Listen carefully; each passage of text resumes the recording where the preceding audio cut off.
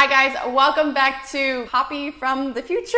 As I mentioned in the beginning of my Tibet series, I was there in April of 2019. I know I'm super behind on my video content. I'm sorry, but I am catching up. Before I dive into this video, this two-part video, it's gotta be two parts because there's so much information that I need to tell you. But anyways, my wish for this video is for commenters to please refrain from political commentary, as this video isn't intended purely for those interested or curious about traveling to Tibet. I personally find the information out there to be a bit scarce and confusing, and so obviously now that I've had experience traveling Tibet, I wanted to make it very easy and clear for those considering Tibet for their next travel destination. If that's my wish, we'll see what happens. So Jordan and I did an 8-day private tour with the tour company Explore Tibet.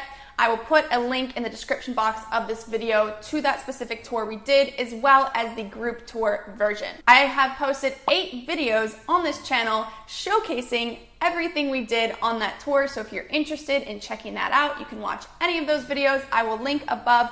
First day in Lhasa, Tibet. That is a good place to start because that's the first thing we did on the tour. But this is just one of many different types of tours you can choose from, so keep that in mind if you decide to watch the series. Okay, let's start with visas. First and most important thing that you must be aware of is that independent travel to Tibet is not allowed for foreigners, meaning you are required to visit with a tour company who is going to organize your entire itinerary and guide you to all the different sites. You can't just rock up and roam around freely. This is not allowed. In order to enter Tibet, you will need 2 things: a Chinese visa and a Tibet permit. The first thing you get is the Chinese visa. You need the Chinese visa to apply for the Tibet permit. There are 5 nationalities that don't require the Chinese visa to apply for the Tibet permit, and they are from Ecuador, Mongolia, Japan, Singapore, and Mauritius. There are some other nationalities that don't require the Chinese visa as well if it's for short-term travel, so like 15-30 days. But for the most part, they still would require it if they wanted to get the Tibet permit. Everybody else needs the Chinese visa. If you are from one of these 5 countries that I just mentioned, then all you have to do is send a picture, copy of your passport to your tour company, and then they'll apply for your Tibet permit. As of right now, Chinese tourist visas usually cannot be obtained upon arrival, so that means you need to apply a few weeks in advance before you plan to travel to China. Every country has their own way of doing this, so please do your own research on how to get your Chinese visa, but generally speaking, you can just head to the Chinese embassy in your local country. The Chinese embassy may require that you provide round-trip flight tickets, hotels, and tour information. If you run into issues, find this confusing, you can always talk to your tour company and they'll help sort it out for you. Jordan and I already had our Chinese tourist visa, so we personally didn't have to worry about this step. But once you have the Chinese tourist visa physically in your passport, then you can apply for the Tibet permit. You actually don't apply for that on your own like you did with the Chinese visa. Instead, your tour company has to apply for it for you. The tour company that we chose is obviously Explore Tibet, as I've already mentioned. There are other companies, many other companies out there that you can choose from. I just can't vouch for them because I don't know anything about them. I only know about the tour company that I went with, and I thought our company was good. The trip was very well organized. There was good communication. It was well executed. I'm definitely happy with the overall trip, so I can vouch for them. They're also 100% Tibetan owned. But anyways, once you have chosen your tour company, they will organize your trip itinerary. Once that trip itinerary is set, then they will apply for your Tibet permit at the Tibetan Bureau in Lhasa. This is the only government department in China that issues this permit. You can't apply for your Tibet permit abroad or even in mainland China. You can only apply for it at this office in Lhasa. And again, you cannot apply for the permit by yourself. Your tour company has to do it for you. For your tour company to apply for your Tibet permit, you need to send them a copy of your passport and a copy of your Chinese visa. Once they have that, then they can apply for your Tibet permit. This usually takes around 2 weeks or 10 to 20 days, but I would give yourself 30 days just in case something goes wrong or it's during holiday times and it gets in the way and slows things down. Next part is important that you understand. Once the tour company receives your Tibet permit, they have to physically mail it to you, the original signed and stamped document, to you in mainland China from the exact city that you plan to enter Tibet from. So once you pick the city you plan to go to Tibet from, you can't change it after that because that city is going to be written on your Tibet permit and that's the only place you can leave from. If you don't plan on staying in mainland China, then your tour company can arrange airport delivery. So they'll send you the Tibet permit for it to arrive at the airport during your connecting flight to Tibet. It typically takes 3 days for your stamped original Tibetan permit document to be sent to you via post, so keep that in mind. If you do need it rushed, you want it express delivery, they can send it to you in 24 hours, but it does cost you 380 RMB. If you need it sent to the airport, that will cost you anywhere from 300 to 400 RMB. Once you have the permit, you can head to the airport, yay! And you will show that to the airport security before they give you the boarding pass, but then you will also have to show it again when you go through airport security into the gate. So just don't put it away yet, just hold it on until you are literally going to be boarding your flight. This is where it can get a bit confusing. You yourself cannot book your flight to Tibet through the airline website if you don't already have your Tibet permit. Reason is, when you go to actually purchase the flight, they're gonna ask you for the Tibet permit that you don't have.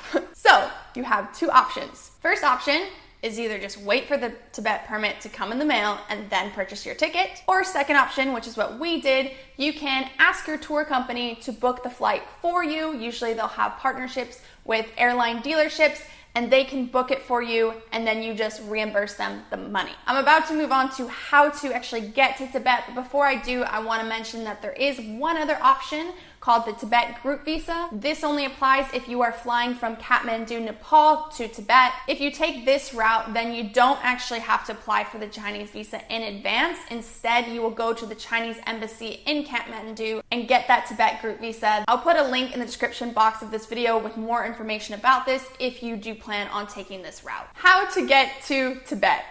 You'd think that this would be plain and simple, but then again, we just spent like an eternity talking about visas and permits. So yeah, getting to Tibet is not as easy as it sounds. It actually can be a bit confusing, so hopefully I do a good job clearing that up. So there are three main ways of getting to Tibet: flying, train, and car or vehicle. Flying is definitely the easiest and probably fastest option. There are multiple domestic flights every single day from mainland China, but there's only one international flight per day from Kathmandu, Nepal. So you can't fly directly to Tibet from your home country. Understand that. You can only get to Tibet from mainland China or from Nepal. If you take that one international flight from Nepal, that's when you would apply for that Tibet group visa that I just talked about. That's just the name of the visa. This can also be applied for solo travelers. It's not just if you're in a group. There are 5 airports in different regions that you can choose from, but definitely check with your tour company which one you should fly to. I also recommend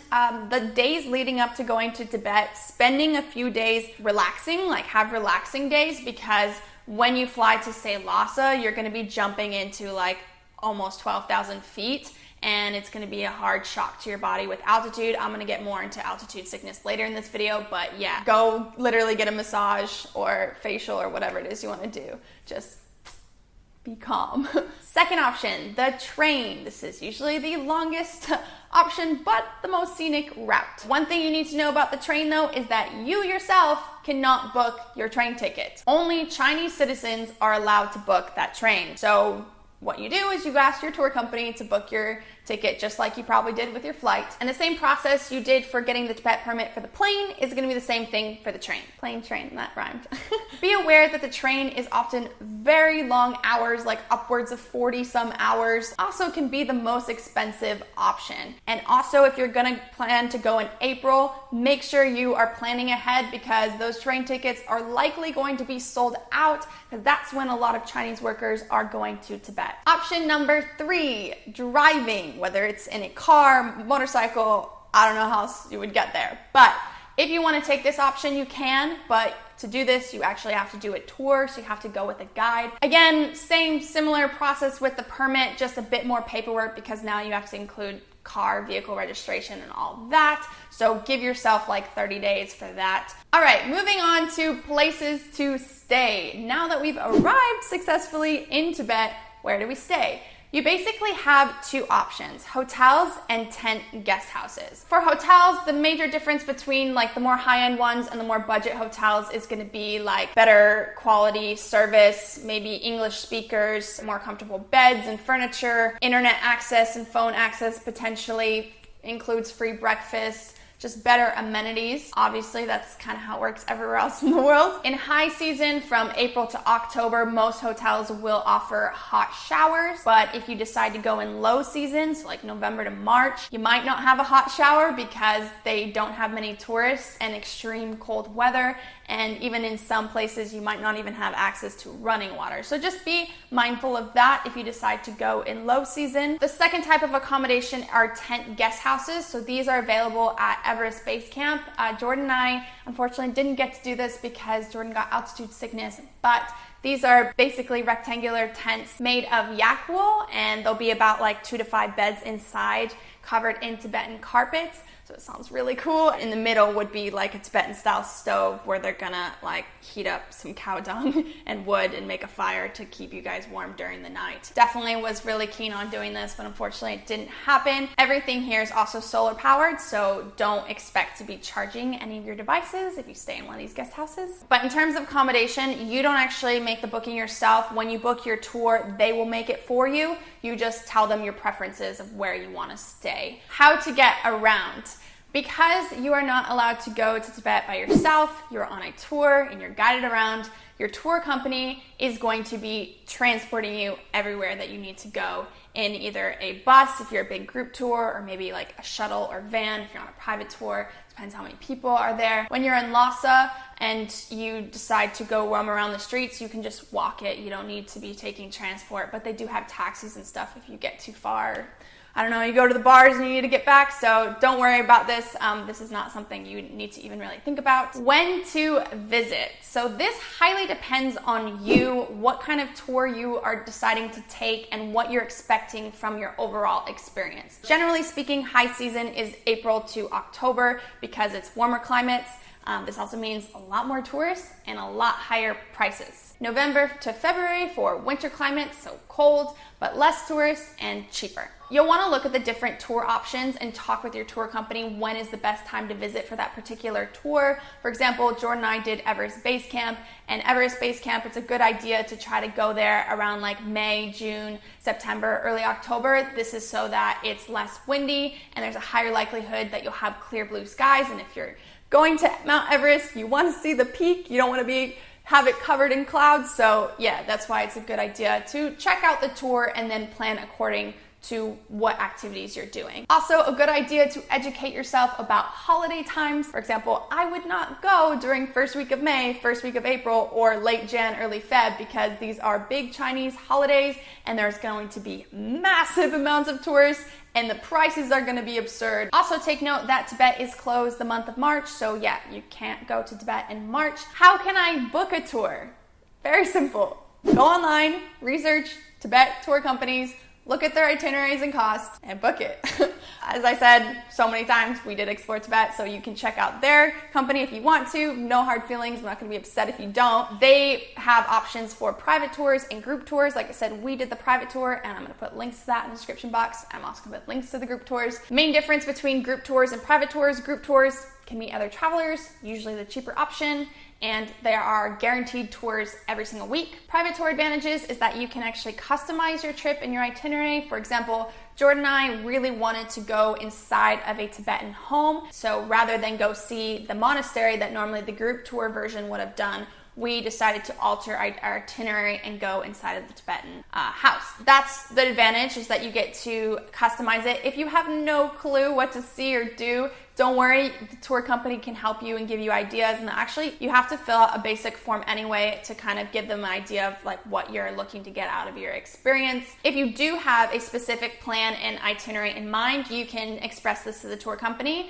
and then they can put something together for you and then just give you a quote for the price. At least I know Explore Tibet does this. I'm sorry, I don't know if other tour companies do this, but I'm sure that they do. All right, that's it for part 1 of how to travel Tibet. I really hope you found this information helpful. If you still want to learn more, come back for part 2. I will be talking about things like food options, especially vegetarians and vegans. Etiquette and taboos, like what can you take photographs of, what can you wear, what to bring, cost of things, language barrier, drones, just all the rest that you would, everything else that you need to know will be in that video. So definitely come back if you're interested. If you did find this video helpful, please let me know and tell me what you found helpful, maybe something that shocked you, surprised you. If anybody has a question, please leave a comment with your question and either I will answer it or there's gonna be somebody in the comment section who will help you out, I'm sure. And yeah, thanks for watching. Remember to subscribe if you want to follow me on Instagram. I've got actually 2 Instagram accounts. I post them here. I've got my travel page and then I have a fitness page because I'm all about fitness this year. So if you want to check out what I do, what I eat and work out, go to that one. I will see you guys next time. Bye. Oh, here we go again, yeah. Oh, here we go again.